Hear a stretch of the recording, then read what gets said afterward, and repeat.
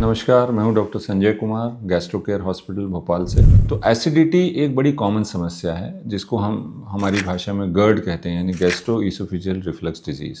कहते हैं कि एक आम आदमी हफ्ते में 1 या 2 बार ज़रूर सीने में जलन महसूस करता है, पर अगर ये इससे ज़्यादा होती है या एसिड के साथ मुंह में खाना लौट के आता है तो ये सीरियस हो सकता है। इसको हम गर्ड बोलते हैं और इसका इलाज ज़रूरी होता है।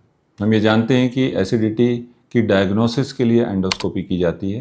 एंडोस्कोप आप जानते हैं कि एक छोटा सा पतला सा ट्यूब होता है, एक यंत्र होता है जिसके ज़रिए मुंह के ज़रिए हम लोग पेट में जाकर एग्जामिन कर सकते हैं और देख सकते हैं कि अंदर क्या बीमारी है। तो एसिडिटी के केस में हम लोगों को फूड पाइप में नीचे की तरफ छाले मिलते हैं और कभी कभी वहाँ की लाइनिंग चेंज हो जाती है जिसको हम बैरेट्स म्यूकोजा कहते हैं। और रेयर केस में एसिडिटी अगर वर्षों तक रहे तो वहाँ हमको फूड पाइप का कैंसर भी मिल सकता है। तो और ये भी हम लोग सब जानते हैं कि एसिडिटी का इलाज यूँ तो सिंपल है, ये कि आप खाने पीने का ध्यान रखें, अत्यधिक तली हुई वस्तुएं ना खाएं, मिर्च वाली वस्तुएं ना खाएं, खाना रात को जल्दी खा लें, खाने के तुरंत बाद लेटे नहीं, ज़्यादा भरपेट खाना ना खाएं, ज़्यादा टाइट कपड़े ना पहनें। तो ये सब वो चीज़ें हैं जिनके ज़रिए आप अगर आपको मामूली एसिडिटी है तो आप बिना दवा के अपने आप को कंट्रोल में रख सकते। पर अगर इन सब मेथड से कंट्रोल नहीं होता तो फिर नंबर आता है दवाओं का, और इस समय दुनिया में सबसे प्रचलित दवा है पीपीआई।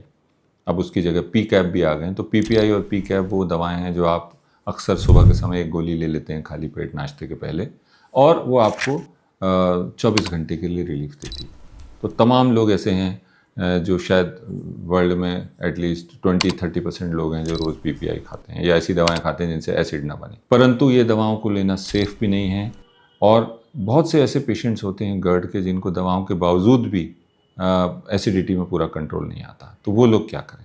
तो उनके लिए मेथड्स हैं। एक सर्जिकल मेथड होता है जिसको हम कहते हैं लैप्रोस्कोपिक फंडोप्लाइकेशन, यानी कि इसमें एक सर्जरी करते हैं लैप्रोस्कोप के माध्यम से पेट के रास्ते से। जो फूड पाइप का नीचे वाल्व होता है, जो फूड पाइप और स्टमक के बीच में एक वाल्व जैसा फंक्शन होता है, जब ये ढीला हो जाता है तो ही एसिड, पेट का एसिड बनने वाला ऊपर को आ जाता है फूड पाइप में। तो लैप्रोस्कोपिक फंडोप्लाइकेशन के ज़रिए उस एरिया को टाइट कर दिया जाता है, बेसिकली एक रैप बना दिया जाता है। जो अपर पार्ट ऑफ स्टमक है इसको फूड पाइप के चारों ओर घुमा के एक तरह से हल्के से सिल दिया जाता है जिससे वहाँ एक तरह से प्रोटेक्शन बन जाए। तो लैप्रोस्कोपिक फंडोप्लाइकेशन एक टेक्निक है। परंतु अब पिछले 20-30 सालों में बहुत सारे एंडोस्कोपिक मेथड भी आ गए हैं जिसके ज़रिए आप एसिडिटी का इलाज कर सकते हैं और इन लोगों को परमानेंट गोली ना खानी पड़े ऐसी एक लाइफ दे सकते हैं। तो वो कौन कौन से मेथड्स हैं? तो इनमें देखा जाए तो ये प्रक्रिया 1990s में स्टार्ट हुई थी कि लोगों ने सोचा कि हम एंडोस्कोपी के माध्यम से अंदर कुछ ऐसा बना दें जिससे ये वाल्व जो है वो स्ट्रॉन्ग हो जाए। तो इसको नाम दिया गया एंडोसिंच, यानी एंडोस्कोपी के ज़रिए वहाँ ऐसी सिलाई कर दी जाए कि वो छोटा हो जाए। जो सर्जन काम करता है ओपन करके या लैप्रोस्कोपी से, वो बिना किसी ऑपरेशन के दूरबीन से मुंह के ज़रिए जाके वहाँ एक टाँका लगा दिया जाए जिससे कि हमारा जो जीई जंक्शन जिसको बोलते हैं वो टाइट हो जाए। परंतु वो मेथड्स जो ज़्यादा प्रैक्टिस में हैं, इसमें तमाम मेथड्स हैं, 20 किस्म के मेथड हैं जो प्रैक्टिस किए जाते हैं, पर 2-3 मेथड की स्पेशली बात करना चाहूँगा। एक मेथड होता है जिसको कहते हैं स्ट्रेटा प्रोसीजर, जो एक तरह का रेडियो फ्रीक्वेंसी एब्लेशन, एक तरह का लेज़र है जिसकी एप्लीकेशन की जाती है lower part of the food pipe में।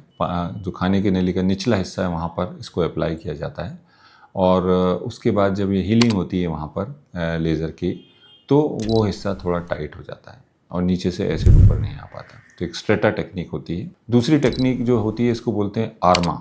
तो आर्मा इस समय हमारे देश में काफ़ी प्रचलित टेक्निक है, जो जापानी ओरिजिन की टेक्निक है, और इसमें भी एक तरह का लेज़र यूज़ होता है और इसको बोलते हैं एंटी रिफ्लक्स म्यूकोजल एब्लेशन। तो वहाँ पर फूड पाइप के नीचे जहाँ स्टमक चालू होता है वहाँ पर लेज़र के ज़रिए उसको बर्न कर दिया जाता है, और जैसे जैसे वो घाव भरता है तो वो हिस्सा टाइट हो जाता है। तो हमारे जो भी मेथड्स हैं, रिफ्लक्स में सर्जरी करें या एंडोस्कोपी करें, अल्टीमेटली हमारा एम ये है कि जो फूड पाइप का निचला हिस्सा है उसको थोड़ा टाइट कर दें।